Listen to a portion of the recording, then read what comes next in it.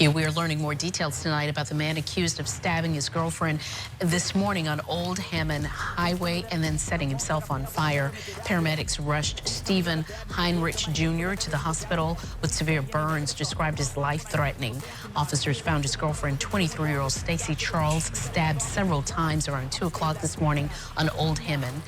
She did not survive. Investigators say after stabbing the victim, Heinrich then drove off, crossed into oncoming traffic, intentionally hit another vehicle, and then set himself on fire. Fam! Some stories shake you so deep, they remind you exactly why people say be careful with your ex. Over the weekend, a young woman's life was taken in one of the most heartbreaking ways you could ever imagine. At first, she was just reported missing. But when she was finally found, she was lying on the side of the highway covered in stab wounds. The second investigators started digging, everything took a dark, painful turn. This young woman had done everything she possibly could to stay safe. Not one, not two, not even 3 or 4, but 6 restraining orders from different states. 6, fam! Can you even imagine that? It's a tragic story about a man who simply couldn't let go, but it also raises a much deeper question nobody wants to face.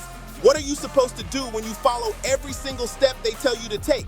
When you go through all the legal routes, take every safety precaution, and still, it's not enough. Even in this case, it gets even heavier.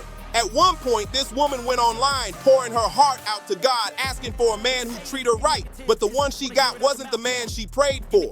After doing everything she could, this woman still lost her life, taken by the same man who later ended his own by setting himself on fire. But here's where it gets worse. Once I started digging deeper into his past, the truth got way darker. I found other victims tied to the same man, people who never got the spotlight, people whose pain has been ignored for too long. Tonight, we're putting their stories front and center because every single one of them deserves to be heard. Today, we're breaking everything down. Her final moments, her last social media post, the chilling irony behind what she wished for, who this man really was, his criminal record, and where he came from. And we're not stopping there. We're also shining a light on the other victims who crossed paths with him long before this tragedy ever reached its breaking point.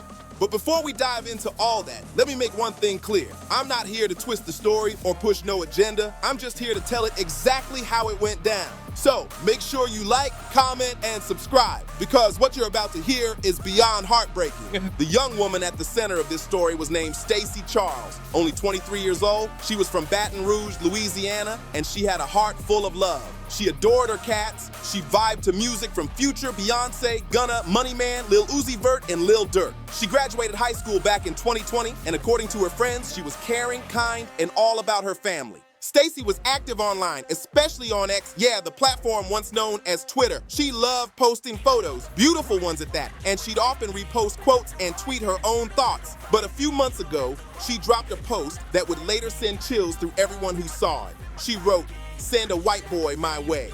Not long after that, she met a man named Stephen Hendrick Jr., a white man who, according to multiple reports, had a dark history of mistreating women. This wasn't just talk either. Back in September 2024, there was an official criminal complaint filed against him and a restraining order not only on him, but also on his parents, his father and his mother, Somalia Clark. Really, thank you. We are learning more details tonight about the man accused of stabbing his girlfriend this morning on Old Hammond Highway and then setting himself on fire. Paramedics rushed Stephen Heinrich Jr. to the hospital with severe burns described as life-threatening. Officers found his girlfriend, 23-year-old Stacy Charles, stabbed several times around 2 o'clock this morning on Old Hammond.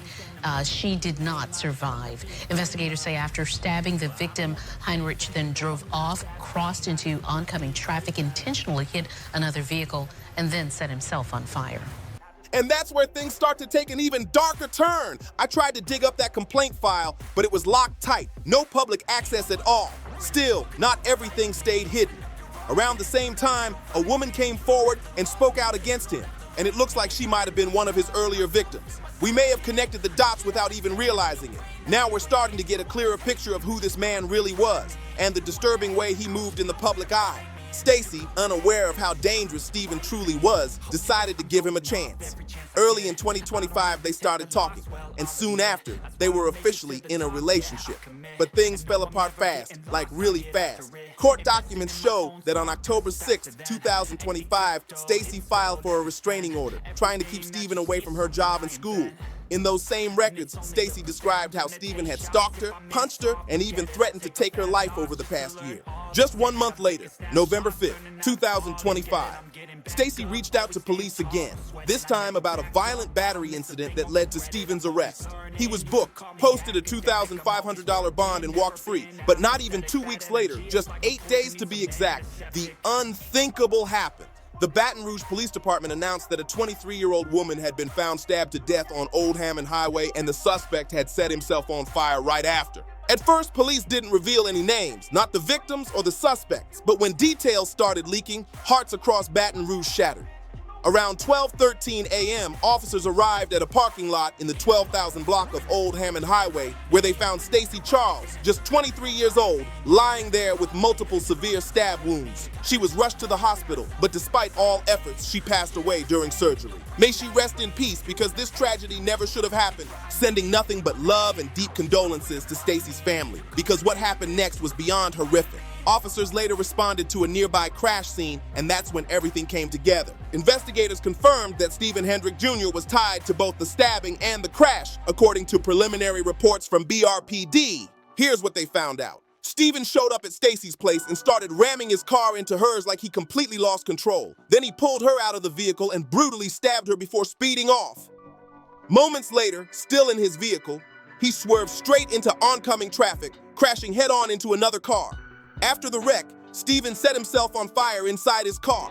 He was rushed to the hospital with life-threatening injuries, but police confirmed the following day he didn't make it. When word got out, chaos erupted. Friends, family, and people who knew Stacy were heartbroken and furious. Many took to social media, pouring out their pain and anger for the world to see. Some started sharing what they knew about Stephen, and the pieces of his dark past started surfacing fast. One person hinted that another girl who had once talked to Stephen had actually called or confronted Stacy before, all to warn her about what kind of man he was. That rumor alone had the internet on fire.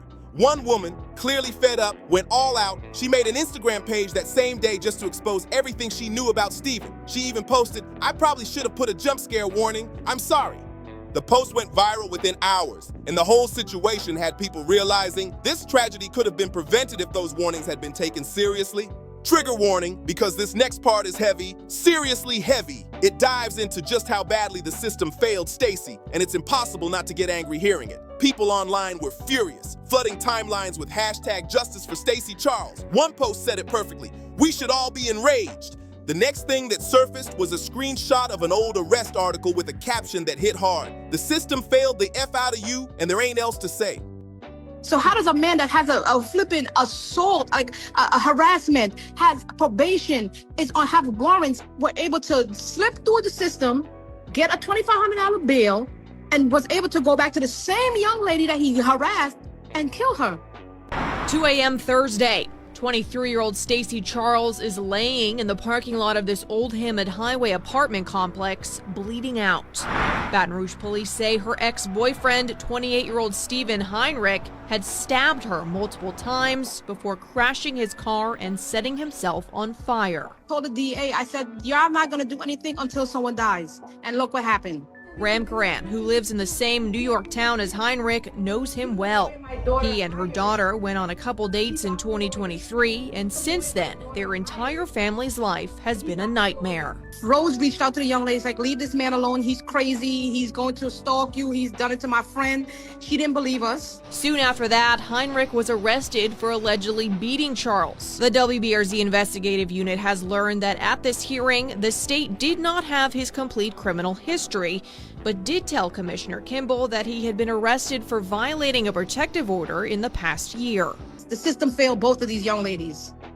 It failed every young lady that had to go in the path of this man. He was supposed to be in jail. That line alone told everyone how deep the pain and frustration ran, but it didn't stop there. The following post revealed the full scope of just how long this nightmare had been going on.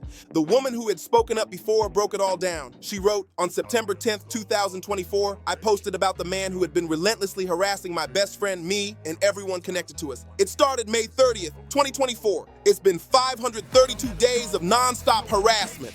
532 days, fam. That's almost a year and a half of fear, threats, and begging for protection." She went on, "For 532 days, I watched my best friend beg the police to do something." Then she revealed the heartbreaking update.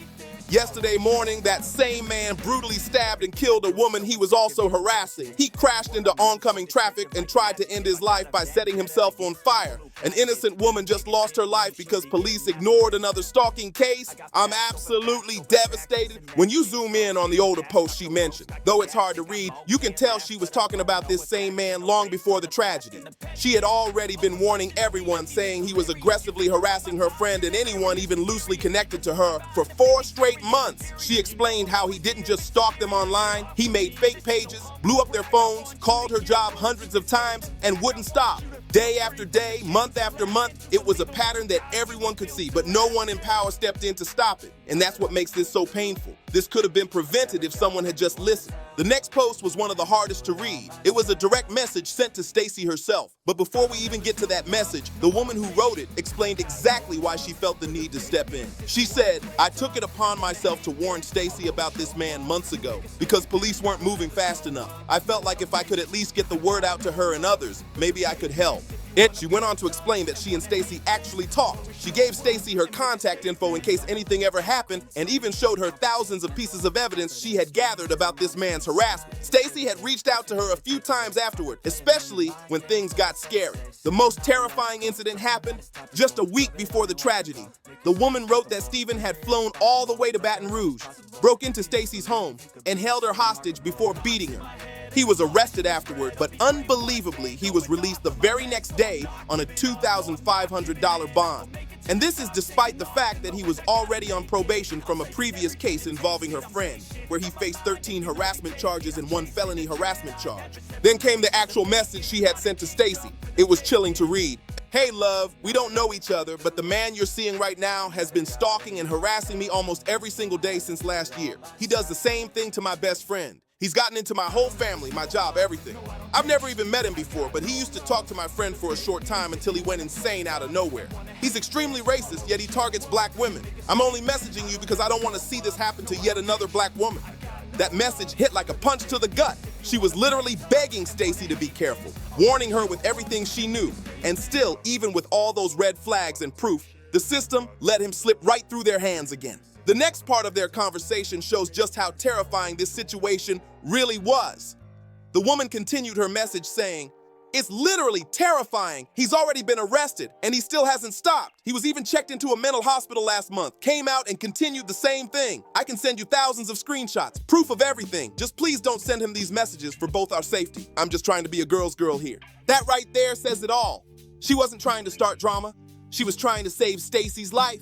Then came the next post, and this one was absolutely chilling.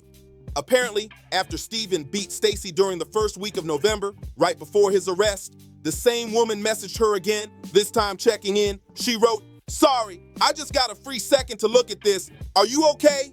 And is he still locked up? Do you want me to have his probation officer reach out to you?"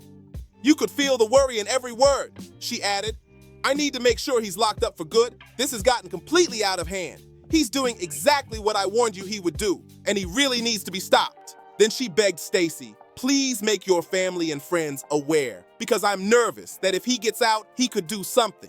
Stacy replied, I know, I'm kind of scared too, but they said they're gonna call me when he gets released. I just hope he doesn't get released.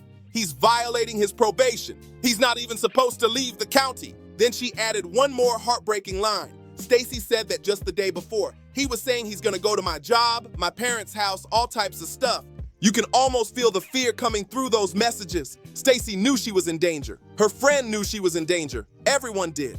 But despite all the warnings, all the calls, and all the reports, nothing stopped him, and just days later, the very thing they were all afraid of became reality. Stacy's messages kept showing how desperate things had gotten. She wrote, "He kept trying to get me arrested, but once I got to the hospital, they saw everything. I was let go. 'Cause what? Tell him, Po Boo." The woman replied, "I did, so if he calls, please answer." You can feel the panic in every word, like both of them were just trying to hold on until someone in power finally stepped in. Then in her next post, the woman shared the painful truth about how long this nightmare had dragged on. She wrote, "It took my friend a whole year of raising absolute hell in the police station just for them to charge him with anything. And even then, he only got a year of probation and mental health check-ins. That's all. We've been saying it from the start. Nobody's gonna do anything until somebody's dead." She continued, "As for me, I couldn't even get any cop to file a single report. I went to both Queens and Yorktown police. My dad went to Yorktown police too. I even sent in a tip to the FBI and spoke with them multiple times until they eventually stopped calling me back. Nobody cared. Her frustration was clear. Our only option was to sue him, she said. So we filed 3 separate lawsuits just trying to get him to stop, but he didn't. She went on to explain that her dad, who also happened to be her lawyer, specifically requested a court-issued protection order after police stations refused to take her seriously. But even that was denied. Then she revealed something that made everyone's skin crawl. He texted my dad saying, "I found your daughter's address," and the order was still denied. She posted a screenshot of that message, adding, "Every single text was sent from fake text apps, which is why police kept saying they couldn't prove it was him." Even with all the evidence, messages, screenshots, witness statements, no one pushed for a simple search warrant for his phone. That alone could have confirmed everything, she said, but nobody did it. And if that wasn't already terrifying enough, she also shared one more shocking message that she received from a fake account. It read, "Hello, if you tell us Rose Grace's address, we'll send you $2,000 in Bitcoin. If you don't, we'll contact all of your family members about you." Just imagine that. Getting texts like that. Knowing they're tied to the same man who had already harassed, threatened, and attacked people before. It's sickening. Even with piles of proof, the system still shrugged it off, and now a young woman's life is gone because of it. She followed up that post with something that made everyone's heart sink. She wrote, "Sent all this to my agent, but still not enough to even get an order of protection at the bare minimum." Then she shared a screenshot of a direct message that simply read, "I'm gonna bury her, watch." Her caption said, "One of thousands of fake pages he made to harass us. These death threats about my friend were never taken seriously." After that, she posted her phone log. It was packed with calls and messages from fake accounts, and she wrote, "I took it upon myself to literally spell it out for the police. I made a full document, every single point of contact, every text, every call, every fake page, and this is only a few months' worth. It goes on and on. While I watch my best friend suffer from severe PTSD and paranoia, is it serious yet?" But the threats didn't stop there. She posted a screenshot of a horrifying text that read, "Can't wait till your daughter dies. I'm going to spit on her grave, if you can even afford one." She captioned it, "One of many texts sent to my friend's mom. Is this serious yet?" Then she shared a photo of her cut finger and a shot from the hospital, writing under it, "Is this serious yet?" And then came one of the most gut-wrenching posts of all, the last text she received from Stacy herself. Stacy wrote, "The knife I said was missing from my kitchen? Look what I found. It was in the plants by my front door. I 100% believe he would have killed me that night." Reading that message now feels haunting, like she knew her life was in danger, but was still trying to hold on to hope that someone, anyone, would finally take her seriously. The final post the woman shared broke everyone who saw it. She uploaded a picture of Stacy with the caption, "We did everything we could. Stacy's blood is on the hands of every law enforcement officer, every judge, and every DA who let him slide. Me and my best friend raised hell so he wouldn't end up doing this to anyone, and they still let it happen." That post hit deep. It wasn't just grief, it was a cry for accountability, because this wasn't a tragedy that came out of nowhere. Stacy begged for protection. Her friends warned everyone. There were police reports, messages, and restraining orders, but somehow it still wasn't enough. And now, her story stands as a chilling reminder of how silence and inaction can cost a life. This story could have been anyone. It could have been me, it could have been you, it could have been any of our friends. The woman who tried to warn Stacy said it best. "I'm so sorry, Stacy. We didn't even know each other. I just wanted to save your life." That line alone hits like a punch to the chest. Rest in peace, Stacy. You deserved so much better. To Stacy's family, we send endless love, prayers, and deepest condolences. And to every woman who was hurt, harassed, or abused by this man, we see you, and we're praying for your peace and healing too. It's a heartbreaking thought when you really sit with it. What more could she have done? She followed every rule, used every resource, filed every report, and still, it wasn't enough. The system failed her, plain and simple. And that's something we have to start talking about. This was the story of Stacy Charles, a young woman from Baton Rouge who got caught in the nightmare of a man she just couldn't escape. Reports revealed that he had 6 restraining orders from women across different states. Then came another woman, bravely speaking up about how he harassed her and her best friend for over a year. The pain runs deep, and the trauma he left behind will stay with these families forever. Yes, Stephen lost his life in the end, but not before taking Stacy's and leaving a trail of heartbreak behind. This isn't just another headline, it's a reminder that real lives are at stake when the system ignores warning signs. Now I need to hear from you. What do you think about this case? Do you think justice was truly served here? Drop your thoughts in the comments and let's talk about it. And before you go, make sure to like, comment, subscribe, and share this video so more people can hear Stacy's story and understand how serious these situations really are. Let's keep her name alive and make sure something like this never happens again.